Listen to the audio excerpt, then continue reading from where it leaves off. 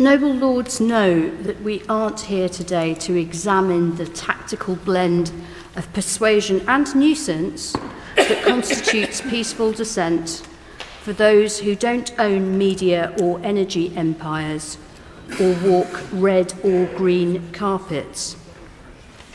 Sadly, perhaps, still less are we here to debate the substance of so many burning issues, the future of our planet being the most obvious.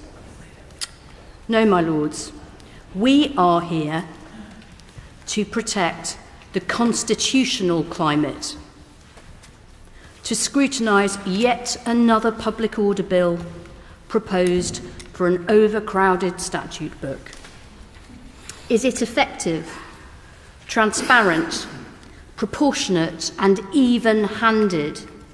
Is it respectful of the rule of law principles articulated by the late, great, noble, and learned Lord Bingham of Cornhill? My lords, we might also reflect on why the government promotes blank cheque police powers before even beginning to deal with police discipline found so wanting after Sarah Everard's murder and in Lady Casey's interim report.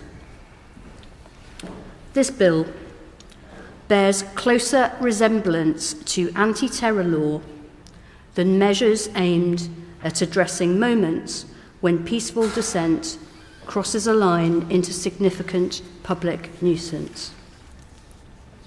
And I commend to noble lords Sir Charles Walker's speech in the other place against what he described as unconservative machismo law, designed for a good headline in the Daily Telegraph. I refer, noble lords, to the concept of thought crime, where otherwise innocent activity is impugned on the basis of imputed intention alone, as in being equipped to lock on by carrying a bicycle chain or first aid kit in one's rucksack. I refer also to suspicionless stop and search, notoriously ripe for racialised abuses of police power, and found in breach of the Convention on Human Rights in Gillen and Quinton against the UK, brought by Liberty during my time as its director. And thirdly, my lords, I refer to using quasi-civil orders, such as infamous anti-terror control orders once opposed by noble lords opposite, and now proposed protest banning orders, for that is what they are, issued on a civil standard of proof, including, as we've heard, against people never convicted of a crime, creating a personal criminal code with harsh restrictions on the liberty of the individual subject. My lords, this is controversial enough when it's applied to suspected terrorists, but how even more dangerous to play cat and mouse with non-violent dissenters, whether historic suffragettes or contemporary pro-democracy campaigners in Hong Kong, in Russia, or in the United Kingdom.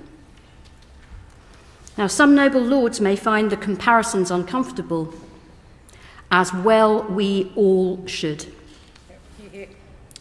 But they should look at the analysis of Justice, Amnesty International and Big Brother Watch, who described these provisions, rightly previously rejected by your lordship's house, as going further than the law in Russia and Belarus. My lords, a Hong Kong lawyer, now based in the UK, described to me the aptness of comparison with her former home in no uncertain terms just last week. So, my lords, this bill undermines us as champions of the rule of law internationally, but it also sends a terrible signal to our own young people here at home. My lords, yesterday in the Moses Room, ministers lamented cancel culture in universities. And today, via unfortunate proxies perhaps on the benches opposite, the resurrected Home Secretary wages culture war. Hear, hear. My lords, not no platforming and hurt feelings, but police batons and prison terms. And she further proposes a new and unprecedented power for herself, directly to intervene operationally in public order in a manner previously reserved for the police and criminal courts on the one hand, and those directly affected and civil courts on the other. Thus, my lords, this sensitive area of policing will be more politicised than ever, with tub-thumping ministers playing to the populist gallery, not just with conference and common speeches, but in court.